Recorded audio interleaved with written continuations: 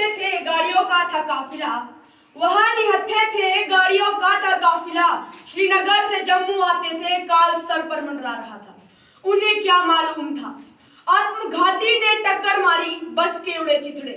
40 जवान शहीद हुए, मातम छाया हिंदुस्तान। सन्नाटा छाया कश्मीर में, घाटी हुई लहूलुहान। वह तो पुलवामा में शहीद हुए, माँ बाप की आंखों का तारा टूटा, पत्नी का सुहाग टूटा। बच्चों को पिता का सहारा छूटा, भाई बहन का प्यार टूटा। यह है पुलवामा के उन शहीदों की कहानी, जहां पूरे हिंदुस्तान का साथ छूटा। सुप्रभात आदरणीय प्रधानाचार्य जी, सभी शिक्षकगण एवं मेरे प्यारे साथियों। आज हम एक ऐसे विषय पर एकत्रित हुए हैं जो कि हमारे देश के इतिहास में एक काला अध्याय बनकर दर्ज है, पुलवामा हमला। यह केवल एक घटना ही नहीं, बल्कि भारतीय संप्रभुता और वीर जवानों पर किया गया एक कायरतापूर्ण हमला है।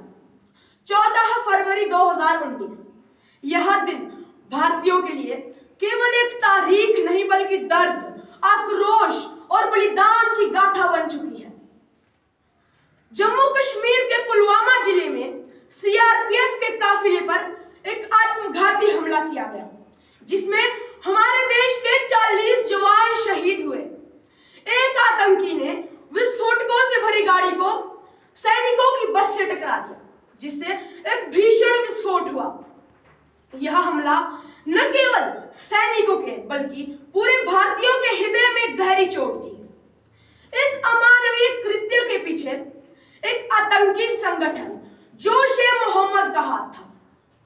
उसने हमारे देश की सुरक्षा और शांति को चुनौती देने की नापाक कोशिश की, लेकिन हमारे देश के उन 40 जवानों की शहादत व्यर्थ नहीं गई। पुलवामा हमले के कुछ ही दिनों बाद भारतीय वायुसेना ने 26 फरवरी 2019 को बालाकोट एयर स्ट्राइक के जरिए एक हमला करवाया, जिसमें उन्होंने सब आतंकियों के ठिकानों को नष्ट कर दिया। यह कार्रवाई हमारे देश की जीरो टॉलरेंस की नीति का प्रतीक है। जिन्होंने अपनी जान देकर हिफाजत की है हमारी, जिन्होंने अपनी जान देकर हिफाजत की है हमारी और दुश्मनों की गोली अपने सीने में उतारी। अगर आज हम उन्हें भूल जाएंगे तो जिंदगी कलंक है हमारी, तो जिंदगी कलंक है हमारी। यह हमला हमें कई सबक देता है। पहला सबक यह है कि हमारी सेना और सुरक्षा बलों का सम्मान करना हमारा कर्तव्य है। वह अपने परिवार से दूर रहकर हमारी सुरक्षा के लिए अपनी जान की आहुति देते हैं। हमें उनके बलिदान को याद रखना चाहिए और देश की सुरक्षा के लिए अपना योगदान देना चाहिए। दूसरा सबक यह है कि आतंकियों के लिए एकजुटता ही सबसे बड़ा हथियार है। हमें अपने धर्म, अपनी जाति और अपनी भाषा से ऊपर उठकर एकजुट होना होगा।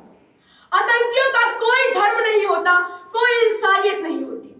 यह नफरत और हिंसा फैलाने का केवल एक तरीका है। तीसरा सबक यह है कि हमें सतर्क रहना होगा और देश की सुरक्षा करनी होगी। अगर हमें अपने आसपास कोई भी संदिग्ध गतिविधि नजर आए तो तुरंत सुरक्षा एजेंसियों को सूचित करना होगा। अंत में मैं उन वीरों को नमन करता हूं जिन्होंने इस हमले में अपनी जान गंवा दी। आज भले ही वह हमारे बीच नहीं है, लेकिन उनका बलिदान हमें हमेशा प्रेरित करता रहेगा। आइए हम एक संकल्प लेते हैं कि हम अपनी देश की सुरक्षा के लिए तट पर खड़े रहेंगे और एक सशक्त, सुरक्षित और आत्मनिर्भर देश के निर्माण में योगदान देंगे। रोंगटे खड़े हो जाते हैं और हम अंदर से डर जाते हैं। रोंगटे खड़े हो जाते हैं और हम अंदर से डर जाते हैं। सुनते हैं आज भी जब उनके किस्से तो आंखों में अश्क भर आते हैं। इतना आसान नहीं होता हिफाजत वतन की करना। कितनों की लाशें नहीं मिलती और कितनों के टुकड़े घर आ जाते हैं। किसी से भीख नहीं मांगी, हमने अपनी बाजुओं पर तिरंगा लहराया है। किसी से भीख नहीं मांगी, हमने अपनी बाजुओं पर तिरंगा लहराया है। और हमारी खुददारी क्या पूछोगे, मौत सामने थी, हमने फिर भी दुश्मनों को पानी पिलाया। धन्यवाद। वीर जवान